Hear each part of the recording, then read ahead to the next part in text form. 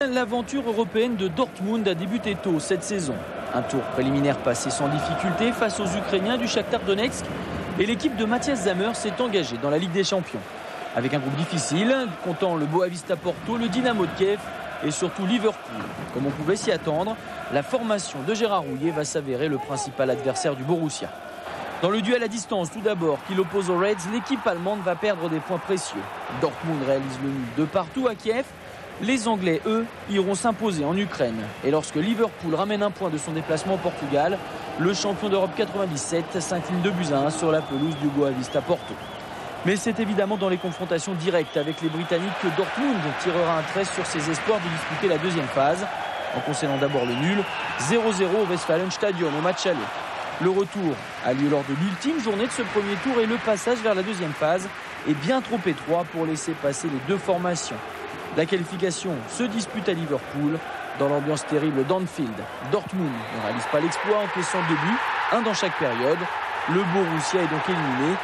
Immense déception pour les supporters, rage extravertie pour son entraîneur, Matthias Sammer. Car Dortmund a su se montrer solide tout au long de cette première phase. Sur la scène européenne, c'est une équipe invaincue à domicile cette saison, avec des qualités de jeu impressionnantes que le LOSC va tenter de sortir. Au tour précédent, le Borussia s'est imposé 2-1 face aux Danois du FC Copenhague. Lille sait donc ce dont il retourne. Dortmund veut assouvir sa soif de conquête européenne et la Coupe de l'UEFA est dans sa ligne de mire. Oui, de grandes choses depuis quelques mois, vous vous en souvenez. L'aventure de Lille en Coupe d'Europe avait débuté au mois d'août dernier. C'était au tour préliminaire de la Ligue des Champions. Lille avait réussi l'exploit de sortir le club italien de Parme. Vous vous souvenez peut-être de cette une de l'équipe. Lille respire le bonheur. C'était la une du jeudi 23 août. C'est vrai que c'était le début de cette aventure. Un joli parcours européen retracé en quelques instants par David Berger. L'élimination de Parme au tour préliminaire avait fait naître de beaux espoirs. Restait à évacuer les derniers complexes face au Gotha du football européen. Et pour cela, rien de tel qu'une première représentation au théâtre des rêves d'Old Trafford. Du rêve à la réalité, la différence, c'est l'expérience, celle de David Beckham à la toute dernière minute. Une petite minute de trop pour Lille. Premier match, première défaite et des regrets. Ah, si Jason Boutwal avait pu arriver un poil plus tôt sur ce centre, la route qui mène à la qualification aurait été dégagée. C'est à Félix Bollaert que Lille reçoit tous ses adversaires du groupe. Le duo Bakary-Chirou se charge d'accueillir les premiers invités, les Grecs d'Olympiakos. À cette époque, les deux joueurs ont inscrit 10 des 15 buts lillois.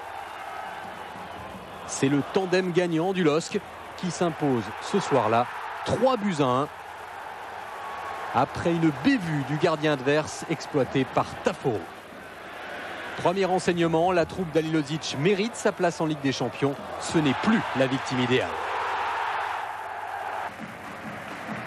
Le 10 octobre, Lille reçoit la Corogne. Et ce soir-là, on lui découvre des ressources morales et physiques inépuisables. Car ce but de Valeron aurait pu sonner la fin des illusions nordistes.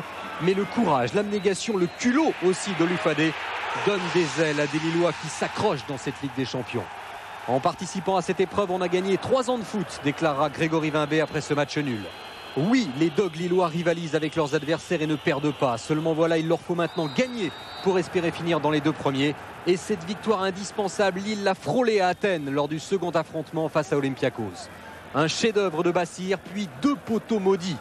Ah, si le réalisme avait été lillois ce soir-là, la suite aurait été bien différente et plus heureuse. Au lieu de ça, la défense perd le nord et toute sa rigueur. En seconde période, Lille s'incline 2-1, puis ramènera un point, un seul de la Corogne.